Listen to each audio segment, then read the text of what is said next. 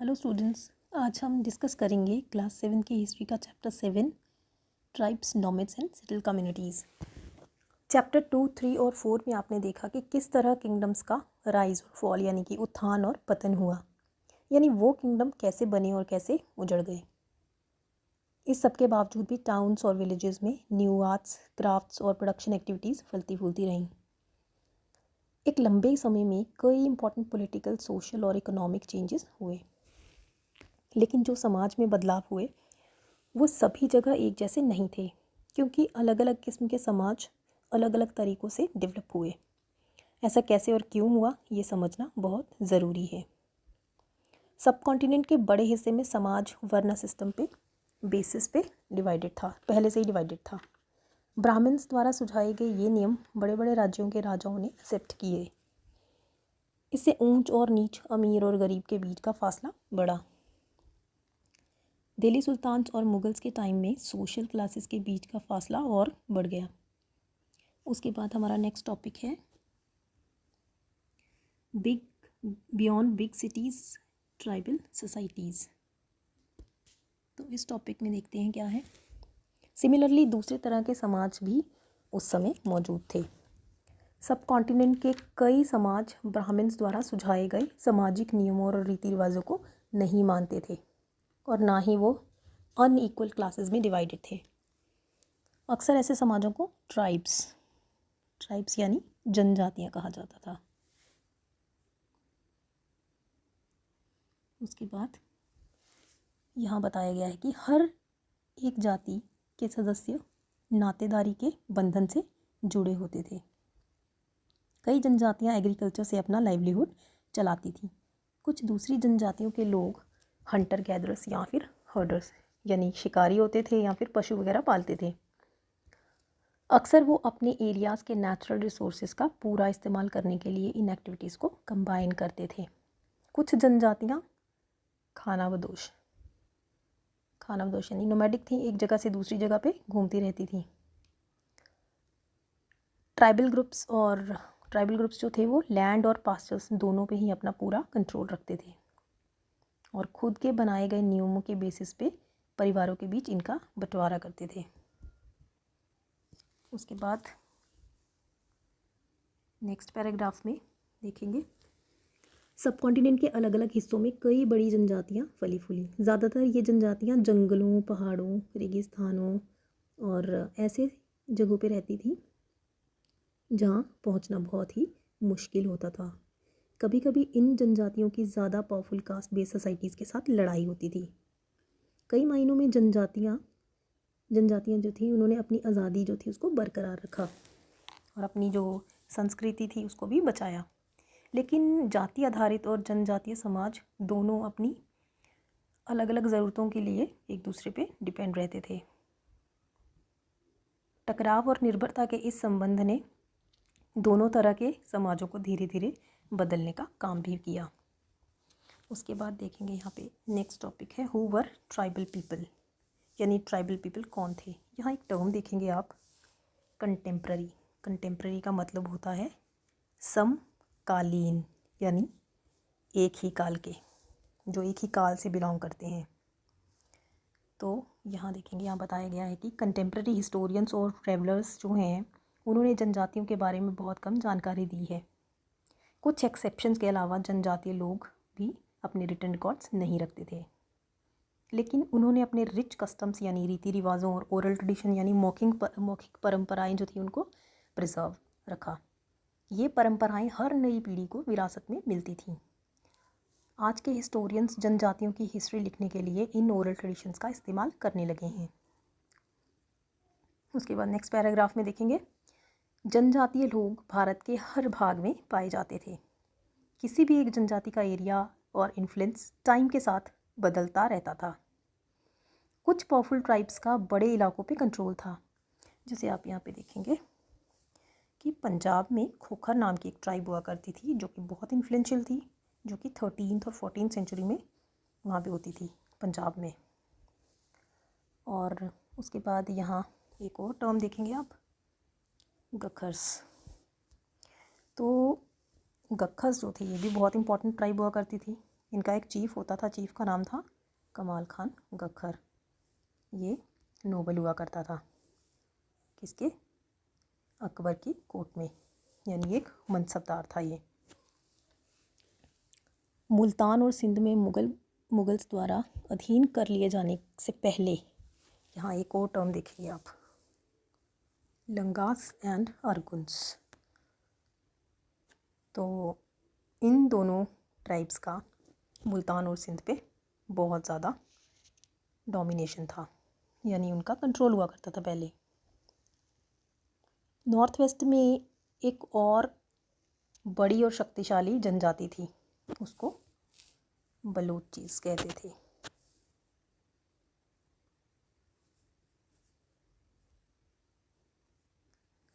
उसको बलूचीज कहा जाता था। ये लोग अलग अलग मुखियों वाले छोटे छोटे कुलों में बटे हुए होते थे, जिनको क्लैन का मतलब होता है कुल। और उसके बाद बताया गया है कि वेस्टर्न हिमालयाज़ में गद्दी नाम की एक ट्राइब होती थी, जो कि शेफर्ड्स होते थे। शेफर्ड होते हैं जो भेड़ें चराते हैं। तो वेस्टर्न हिमालयाज़ में गद्दी नामक शेफर्ड्स की ट्राइब रहती थी। सब कॉन्टिनेंट का जो दूर दराज का नॉर्थ ईस्टर्न पार्ट था, वहाँ पे नागास, एहोम्स और बहुत सारी दूसरी कास्ट जो ट्राइब्स होती थी वो पाई जाती थी। उसके बाद आप यहाँ देखेंगे, यहाँ पे एक टर्म दी गई है क्लैन। क्लैन का मतलब को मैंने बताया कुल होता है।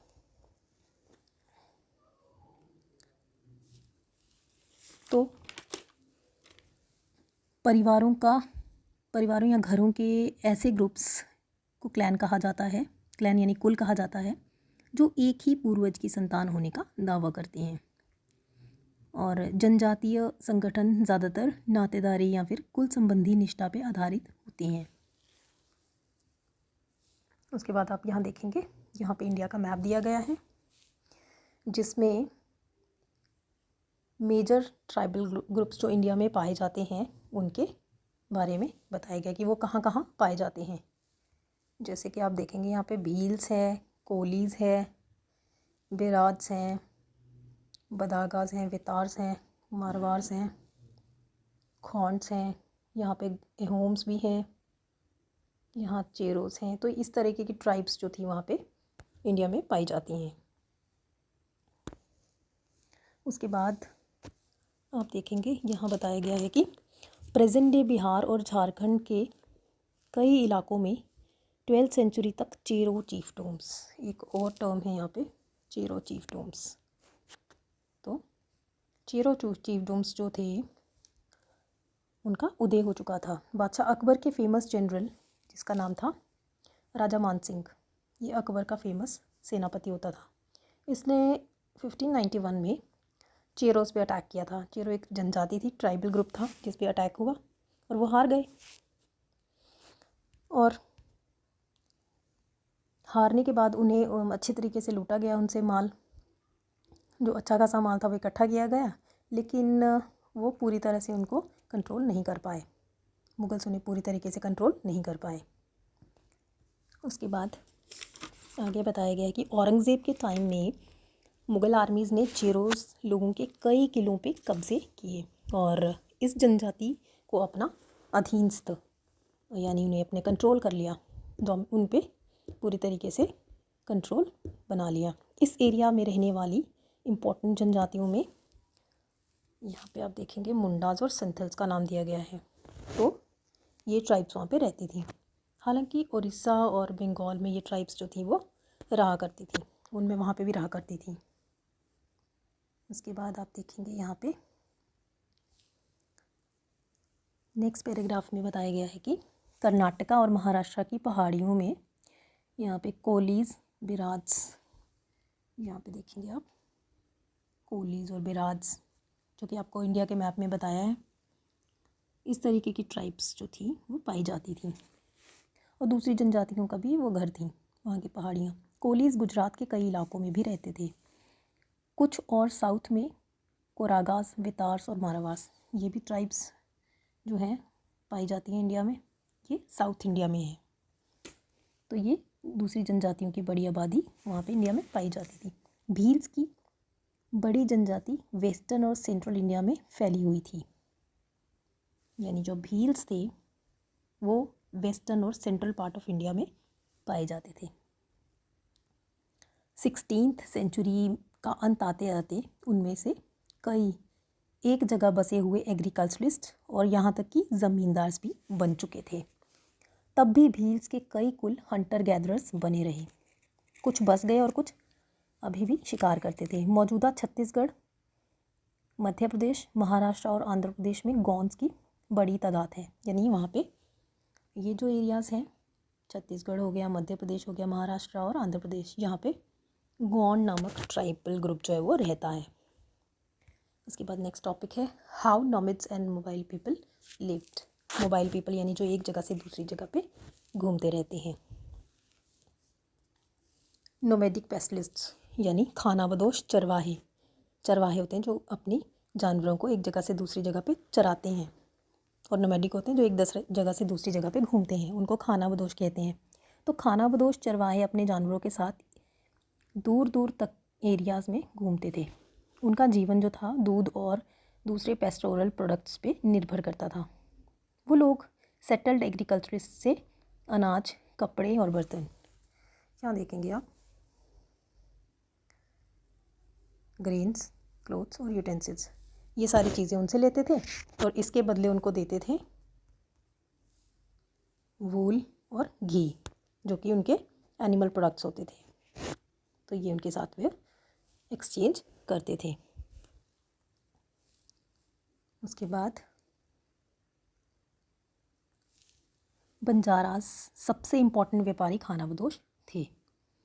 उनका कैरवन टांडा कहलाता था। यहाँ पे एक और टर्म देखेंगे आप, टांडा। तो उनका जो कारवां होता था, ग्रुप होता था, उसको टांडा कहते थे। सुल्तान अलाउद्दीन खिलजी चैप्टर 3 में हमने पढ़ा था कि बंजारों का ही इस्तेमाल नगर के बाज़ारों तक अनाज की ढुलाई के लिए करते थे, यानी वो अनाज जो लोड किया जाता था वो बंजारा ही करते थे। उसकी ट्रांसपोर्टेशन का काम बंजारा ही करते थे।